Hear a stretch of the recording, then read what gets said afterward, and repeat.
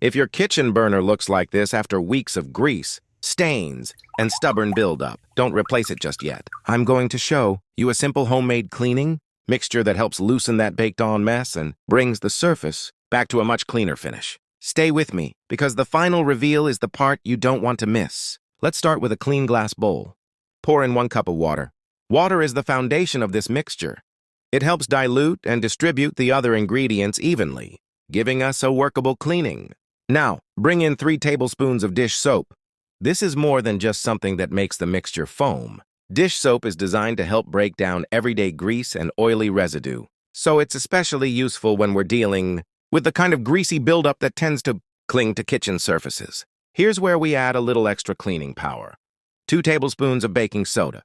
Its fine texture can help lift stubborn residue when we later work the mixture over the surface, while also helping to tackle lingering grime. Now for a simple ingredient that most people already have in their kitchen, 1 tablespoon of salt. Salt adds a little texture to the mixture, which can be useful when loosening surface buildup during the scrubbing stage. And now comes the ingredient that changes the texture of our mixture. About 100 milliliters of vinegar. Pour it in slowly. As the vinegar meets the baking soda, you'll notice that familiar fizzing and bubbling reaction. That reaction creates plenty of visible activity in the bowl, so let it settle for a moment before continuing. Once the bubbling calms down, give the mixture one final gentle stir. Engage with the audience. By the way, I'd love to know where you're watching from. Drop your country and city in the comments. I always enjoy seeing how far these cleaning tips travel. The dirty burner.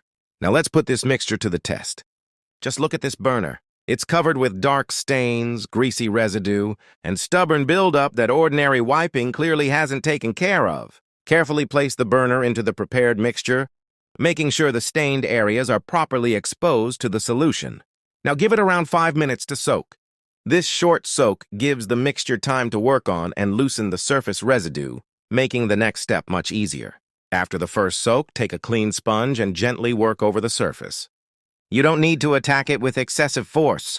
Let the cleaning mixture do some of the work for you. Once you've loosened the obvious buildup, place the burner back into the mixture for another 5 minutes.